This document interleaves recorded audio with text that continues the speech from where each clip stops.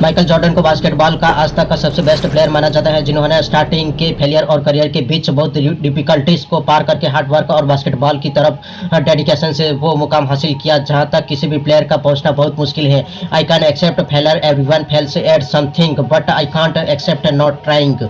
ये sentence Michael की story बयान करती है कि उनकी लाइफ कितने उतार चढ़ाव से भरी है। वो सक्सेसफुल हुए और अनसक्सेसफुल भी हुए। उनके पिता का मर्डर हुआ, लाइफ में बहुत सी कंट्रोवर्सीज आई, लेकिन मुश्किल कंडीशन में भी खुद को संभाल कर आगे बढ़ने की तरफ ध्यान दिया और आज वो सबसे बेस्ट बास्केटबॉल प्लेयर है। 17 फरवरी 1963 को ब्रुकलिन के एक मिडिल क्लास फैमिली में माइकल जॉर्डन का जन्म हुआ। वो 5 भाई बहनों में चौथे नंबर पर थे। उस समय ड्रग्स और रेसिज्म के कारण उनकी फैमिली कैरोलिना के विलिंगटन शहर में चले गए, जहां उन्होंने अपनी पढ़ाई कंप्लीट की। माइकल के पेरेंट्स ने बचपन से ही माइकल के माइंडसेट को सक्सेसफुल बनाने के लिए तैयार कर दिया था। माइकल बचपन से बास्केटबॉल में नहीं जाना चाहते थे, उनका इंटरेस्ट तो बेसबॉल में जाना था। 12 साल की उम्र तक वो बेसबॉल खेला करते थे और उसमें वो काफ़ी अच्छे थे, प्लेयर भी थे, लेकिन बास्केटबॉल में जाने के पीछे एक अलग कहानी है।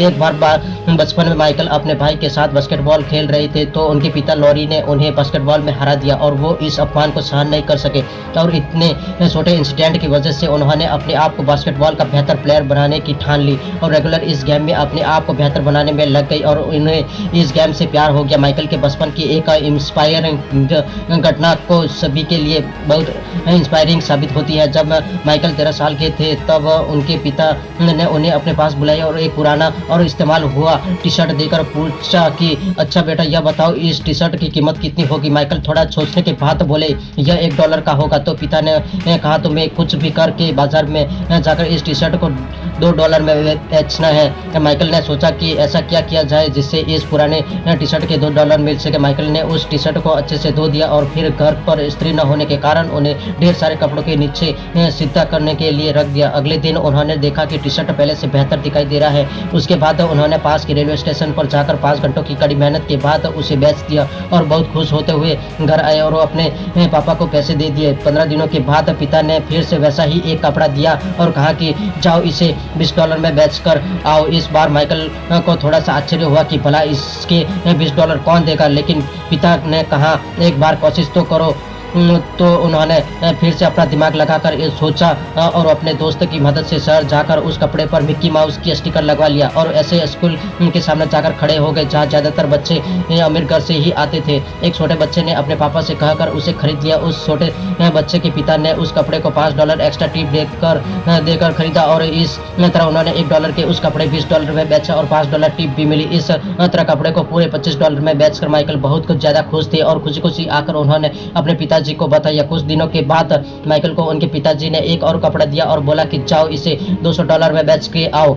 इस बार माइकल को लगा कि अब तो यह बहुत ही ज़्यादा है, लेकिन फिर भी उन्होंने हार नहीं मानी क्योंकि अभी तक माइकल के पिताजी के द्वारा दिए गए इस कार्य में पूर्ण रूप से सफल हो रहे थे। आखिरकार माइकल ने यह काम को भी करने की ठान ली, लेकिन उन्होंने इस बार इस काम के बारे में 2-3 दिन तक सोचा कि आखिर वह कैसे इस पुराने कपड़े को जिसका मूल्य मात्र $1 है उसे $200 में कैसे बेचे। जैसा कि हम जानते हैं कि कोशिश करने वालों की कभी हार नहीं होती, ठीक उसी तरह माइकल ने हार नहीं मानी और उस पुराने कपड़े की कीमत बढ़ाने का उपाय खोज ही लिया। माइकल उस कपड़े को लेकर शहर गए। उन्होंने देखा कि उस दिन शहर में कोई बहुत ही बड़ी पॉपुलर एक्ट्रेस आई है। माइकल पुलिस के द्वारा बनाए गए सुरक्षा घेरे को तोड़कर कपड़े पर उस एक्ट्रेस का ऑटोग्राफ लेने में कामयाब हो गए। बच्चे की मासूमियत देखकर एक्ट्रेस भी मना नहीं कर पाई। अगले ही दिन माइकल उस ऑटोग्राफ वाले कपड़े को लेकर बाजार निकल गए। वहां बहुत भीड़ जमा हो गई जो उसे खरीदना चाहती है और उस कपड़े की बोली लगाई जा रही थी। आखिरकार माइकल ने वो कपड़ा $2000 में बेचा। इस घटना के बाद से माइकल के पिता को इस बात का एहसास हो गया कि उनका बेटा अब